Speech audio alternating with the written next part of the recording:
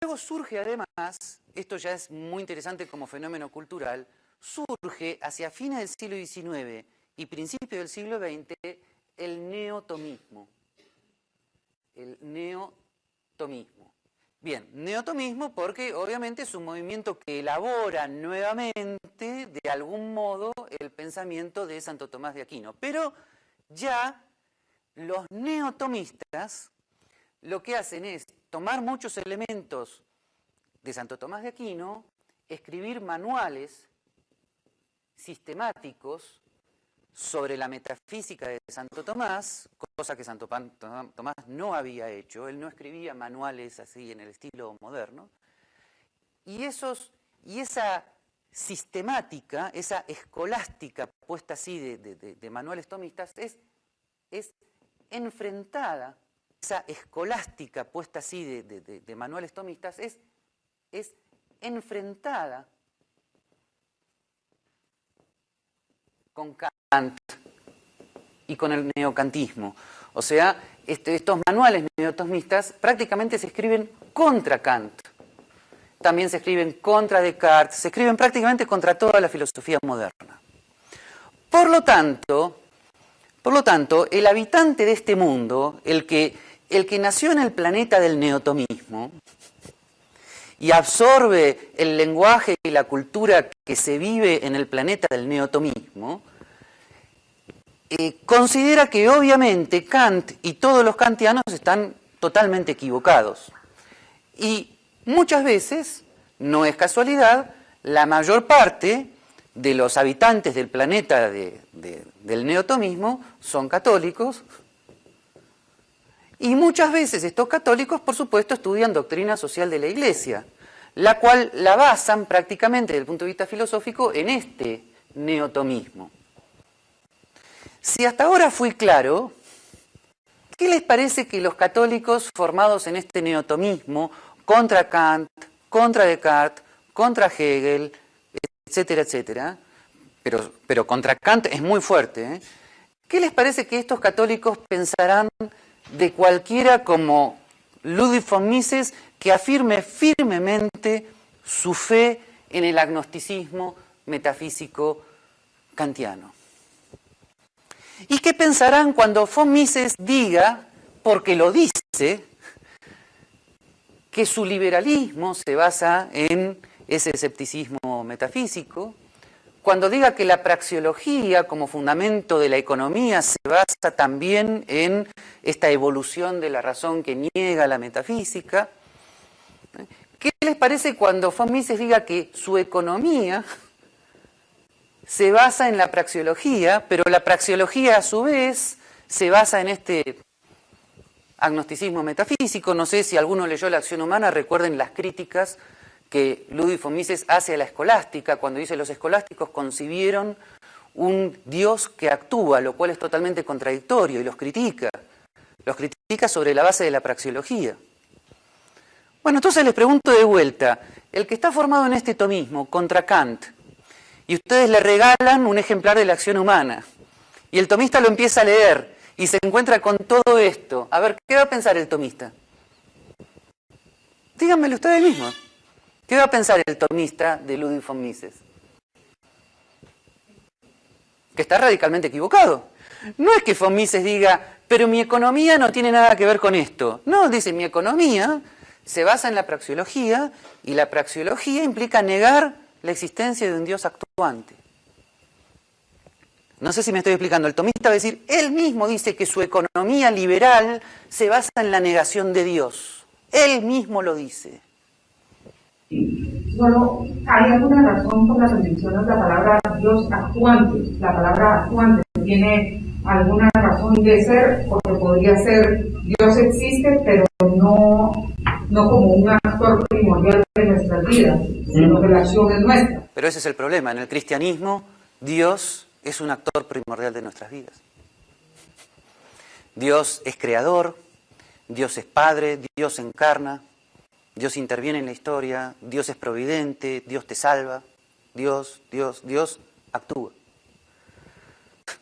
Y von Mises dice, ¿cómo conciliar esa acción con un Dios que, según los tomistas, es el primer motor inmóvil. Pero para un neocantiano de estricta observancia, el vocabulario tomista le resulta insólito y al revés. Y para un tomista de estricta observancia, el vocabulario neocantiano es el que le resulta insólito, porque acá está todo el tema incluso del problema del conocimiento, el tema de las famosas categorías, el tema del debate entre realismo y idealismo. Supuestamente Santo Tomás se basa en Aristóteles, que sería realista, pero Kant, en cambio, niega estrictamente el realismo aristotélico. Y todos esos debates se ponen en juego. Se podría indicar de que todo el bagaje de conocimiento que tenemos filosófico, como tú estás mencionando, es a base de una interpretación de terceros. No sé si me explico. Bueno, muy bien. Eso pasa cuando habitualmente hemos estudiado Santo Tomás a partir de estos manuales. Eso sucede. Pero aunque no sucediera, aunque tuvieras la oportunidad de estudiar a Santo Tomás directamente de las fuentes, nunca vas a poder evitar ser un habitante del siglo XX que tiene que dar respuesta a toda la filosofía del siglo XIV en adelante. Porque después de Santo Tomás el ser humano siguió filosofando. Hay toda una filosofía del siglo XIV hasta fines del siglo XIX que se aleja bastante de lo que Santo Tomás dice.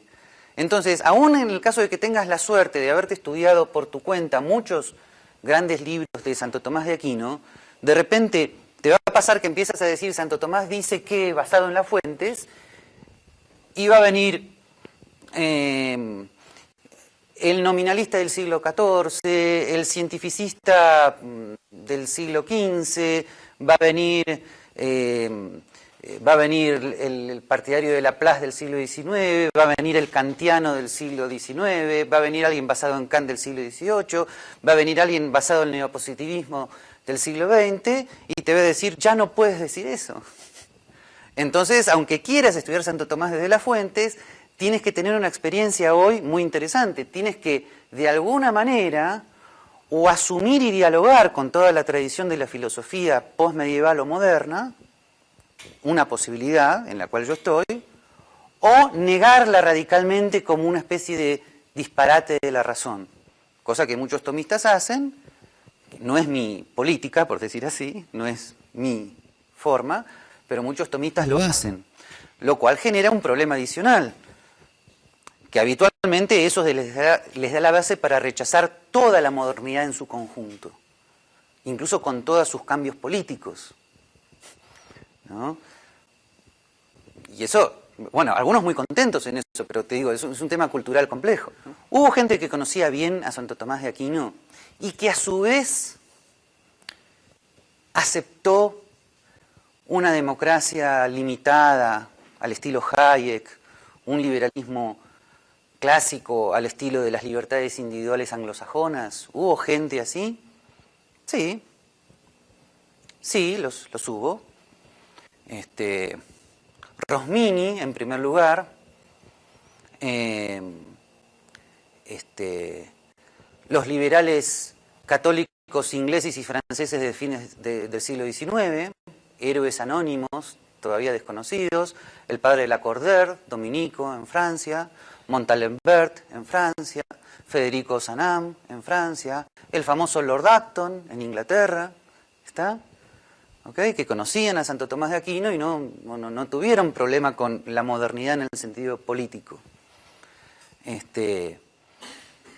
Pero no fueron los que de alguna manera predominaron en una especie de amalgama entre el neotomismo y el combate de toda la modernidad.